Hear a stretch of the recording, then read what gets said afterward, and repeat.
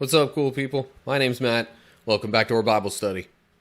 Okay, so now we're looking at Deuteronomy 28. The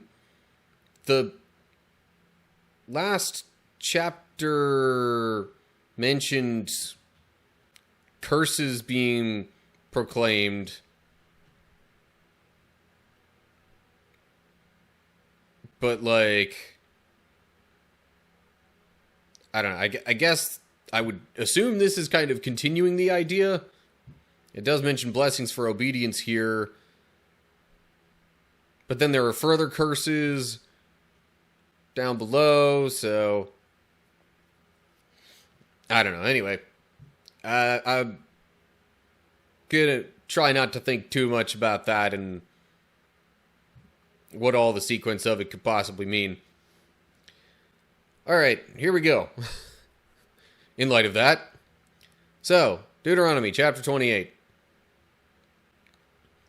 If you fully obey the Lord your God and carefully keep all his commands that I am giving you today, the Lord your God will set you high above all the nations of the world.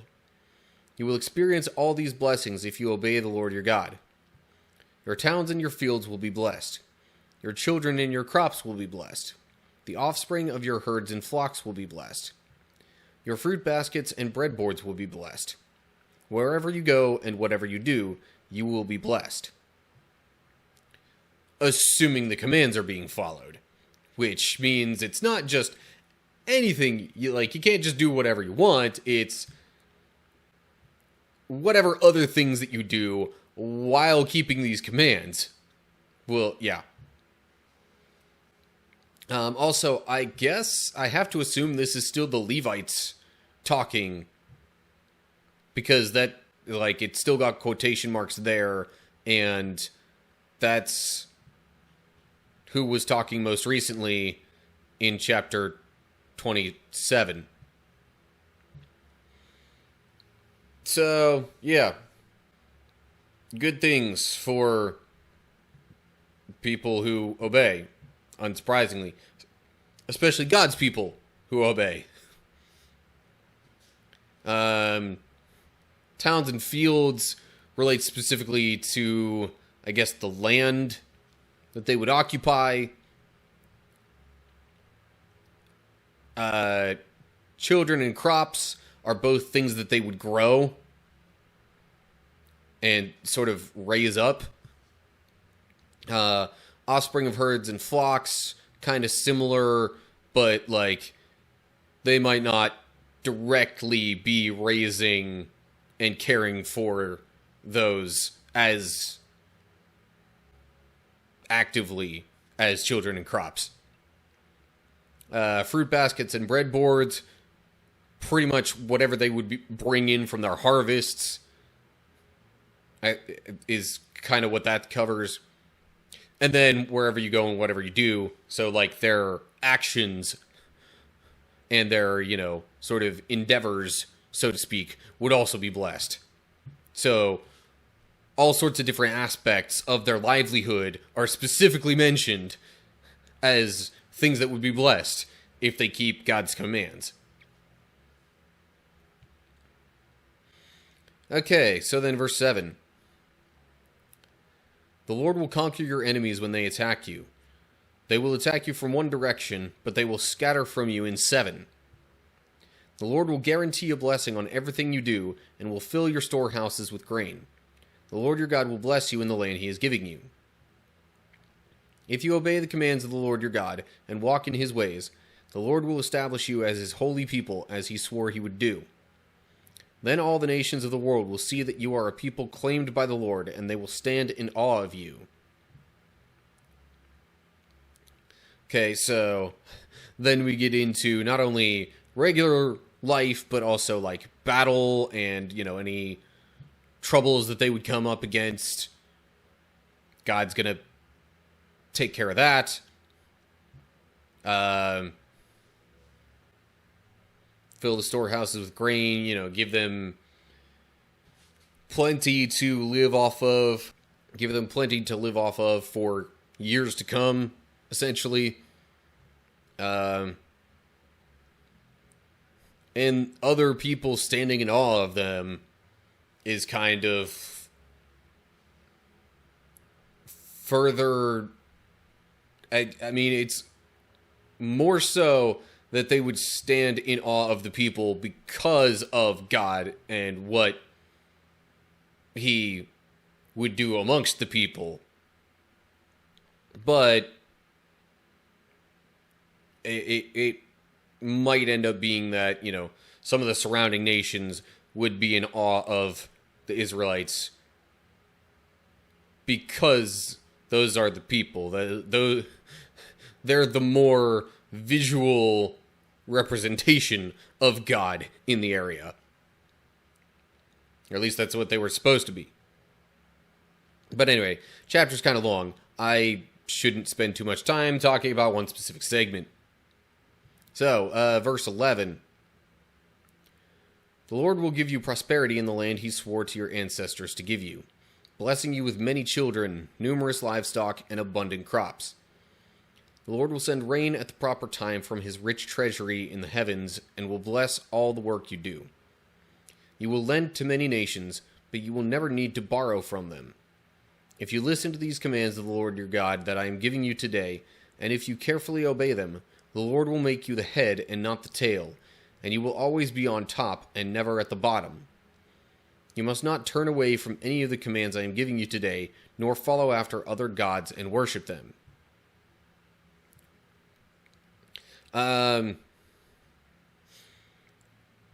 So, more stuff about, you know, the blessings, numerous children, livestock, crops. That was kind of covered already. Rain at the proper time to make that happen, especially with the crops. Lending to many nations, but not borrowing from them means that they would be rich and have plenty of resources.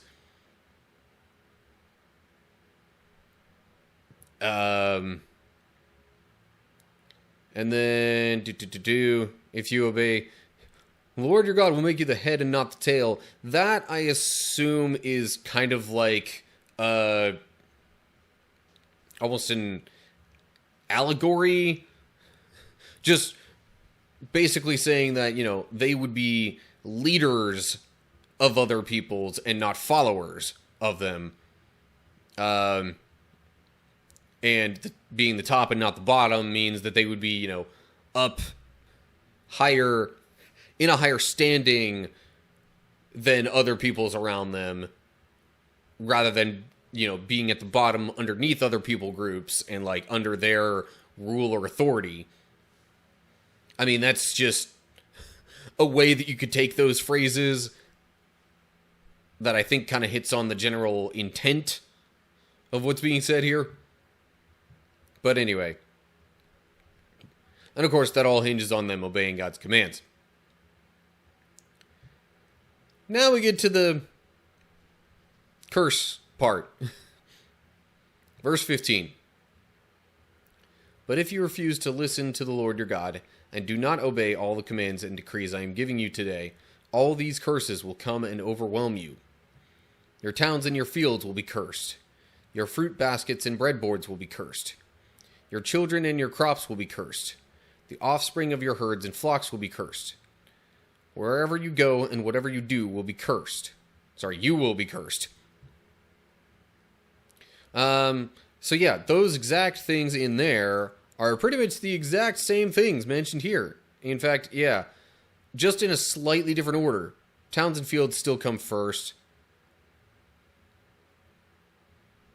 But some of the other stuff is in a different order. But still, it's the exact same stuff. So it's like, hey, all this stuff that would be good if you follow God's commands, those things are going to be bad if you disobey.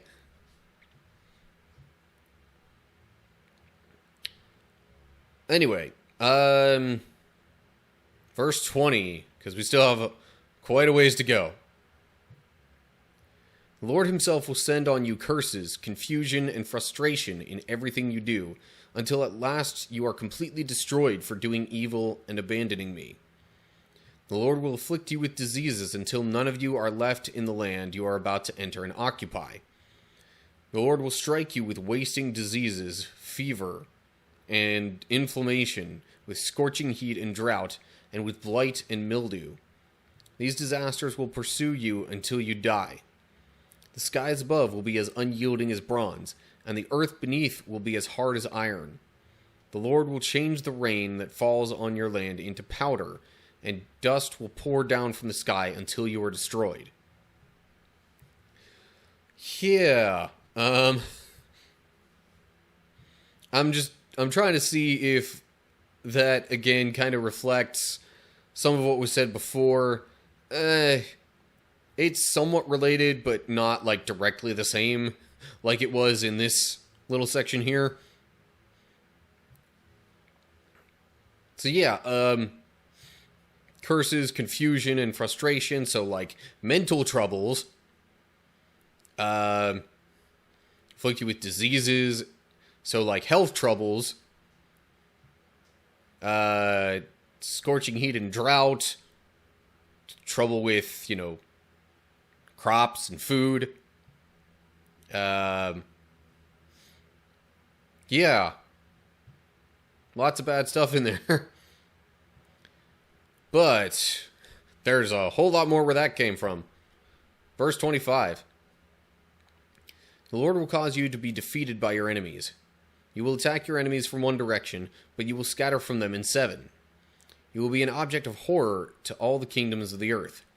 Your corpses will be food for all the scavenging birds and wild animals, and no one will be there to chase them away. The Lord will afflict you with the boils of Egypt, and with tumors, scurvy, and the itch, from which you cannot be cured. The Lord will strike you with madness, blindness, and panic. You will grope around in broad daylight like a blind person groping in the darkness, but you will not find your way. You will be oppressed and robbed continually, and no one will come to save you. Now that stuff sounds a lot like this section up here, but, like, the opposite of that. The cursed version of that. So, yeah. Failure in battle. And more maladies. Verse 30. You will be engaged to a woman, but another man will sleep with her. You will build a house, but someone else will live in it. You will plant a vineyard, but you will never enjoy its fruit. Your ox will be butchered before your eyes, but you will not eat a single bite of the meat. Your donkey will be taken from you, never to be returned. Your sheep and goats will be given to your enemies, and no one will be there to help you. You will watch as your sons and daughters are taken away as slaves. Your heart will break for them, but you won't be able to help them. A foreign nation you have never heard about will eat the crops you worked so hard to grow.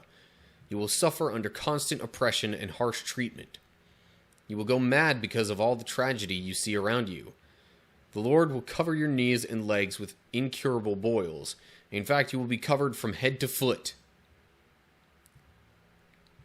So, yeah, not only are things going to be just bad for them and difficult, but the things that they even manage to work for will be taken away from them by other people if they disobey.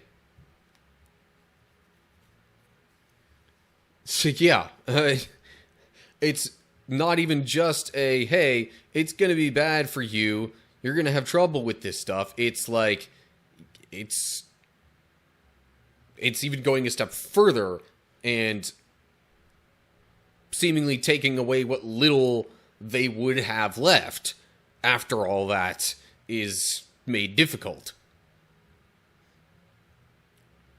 Anyway, verse 36.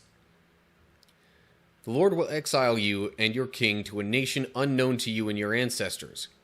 There in exile you will worship gods of wood and stone. You will become an object of horror, ridicule, and mockery among all the nations to which the Lord sends you. You will plant much but harvest little, for locusts will eat your crops. You will plant vineyards and care for them, but you will not drink the wine or eat the grapes, for worms will destroy the vines. You will grow olive trees throughout your land, but you will never use the olive oil, for the fruit will drop before it ripens. You will have sons and daughters, but you will lose them, for they will be led away into captivity. Swarms of insects will destroy your trees and crops. So, I'm realizing there's a bunch of this that actually sounds like the plagues of Egypt. I mean, that was specifically mentioned in one part of this. The boils of Egypt, yeah. But also, like, the locusts. And, losing sons and daughters. A lot of that kind of reflects some of the plagues and things that happened in Egypt, too. But this is going to go even beyond that. Because not only will there be locusts, but there will be worms and just all sorts of additional things that it's like, yeah, basically it's, I assume at least part of what this is for is to be a deterrent from, going against God and worshiping other gods. In addition to, the encouragement to follow that was mentioned in the earlier verses. But, yeah. It's real bad. And we're not even done yet. Verse 43. The foreigners living among you will become stronger and stronger, while you become weaker and weaker. They will lend money to you, but you will not lend to them. They will be the head, and you will be the tail. If you refuse to listen to the Lord your God, and to obey the commands and decrees he has given you, all these curses will pursue and overtake you until you are destroyed. These horrors will serve as a sign and warning among you and your descendants forever. If you do not serve the Lord your God with joy and enthusiasm for the abundant benefits you have received, you will serve your enemies whom the Lord will send against you. You will be left hungry, thirsty, naked, and lacking in everything. The Lord will put an iron yoke on your neck, oppressing you harshly until he has destroyed you. So, yeah, a lot of this winds up being rather prophetic, too. Kind of unsurprisingly, because, people are flawed. But, yeah, all the stuff about exile, that specifically comes to pass. And, these things serving as a sign and a warning among their descendants. Like, yeah, after, they are sent into exile and then come back and rebuild the temple and things like that, there's, a sense of renewed loyalty that they actually sort of hold on to a bit better later on, because they remember all of these bad things that wind up happening from the disobedience. Not saying it winds up being perfect after that, not by any means, but, because of these reminders, they, are kind of a bit more careful in some ways. Okay, verse 49. The Lord will bring a distant nation against you from the end of the earth, and it will swoop down on you like a vulture. It is a nation whose language you do not understand, a fierce and heartless nation that shows no respect for the old and no pity for the young. Its armies will devour your livestock and crops, and you will be destroyed. They will leave you no grain, new wine, olive oil, calves, or lambs, and you will starve to death. They will attack your cities until all the fortified walls in your land, the walls you trusted to protect you, are knocked down. They will attack all the towns in the land the Lord your God has given you. So now we're just kind of getting more detail on, the people who will be conquering them and what they specifically will cause to befall the Israelites. But yeah, again, not good. And these people, like, won't even seem to be a kind of people that have the general kindness and pity that God is expecting from his people. Because when you're, I mean, with God trying to punish his people for disobedience, it, like, that doesn't quite hit as hard if you bring in some people who are, you know, equally kind to the ones under their rule. Anyway, okay, verse 53. The siege and terrible distress of the enemy's attack will be so severe that you will eat the flesh of your own sons and daughters, whom the Lord your God has given you. The most tender-hearted man among you will have no compassion for his own brother, his beloved wife, and his surviving children.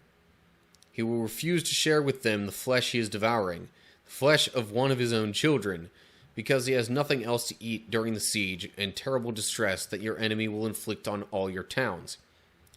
The most tender and delicate woman among you, so delicate she would not so much as touch the ground with her foot, will be selfish toward the husband she loves and toward her own son or daughter.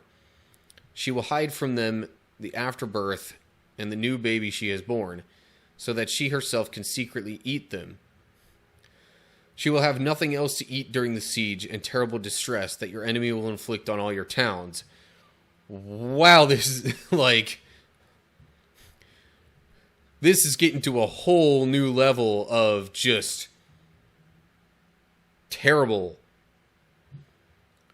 The fact that the people themselves will be driven to such desperate measures as cannibalism. Not only any kind of cannibalism, but of their own families. Is just... Oh, man. So yeah, that's the kind of desperate that they are going to be just to try and stay alive. Because they will have nothing else.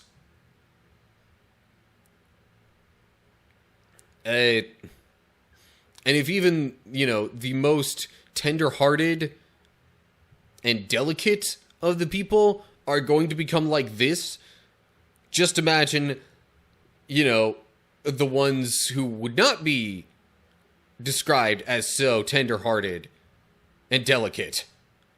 Like, can you imagine the atrocities to which they would bring themselves because of just their desperation? Anyway, verse 58. If you refuse to obey all the words of instruction that are written in this book, and if you do not fear the glorious and awesome name of the Lord your God, then the Lord will overwhelm you and your children with indescribable plagues. These plagues will be intense and without relief, making you miserable and unbearably sick. He will afflict you with all the diseases of Egypt that you feared so much, and you will have no relief. The Lord will afflict you with every sickness and plague there is, even those not mentioned in this book of instruction, until you are destroyed. And though you become as numerous as the stars in the sky, few of you will be left, because you would not listen to the Lord your God. So, it's even going beyond this and saying, look, like, there's all this stuff that's mentioned, that's not even everything that's going to happen to you. There's so much that's going to happen to you, we don't have time or room to write about it here.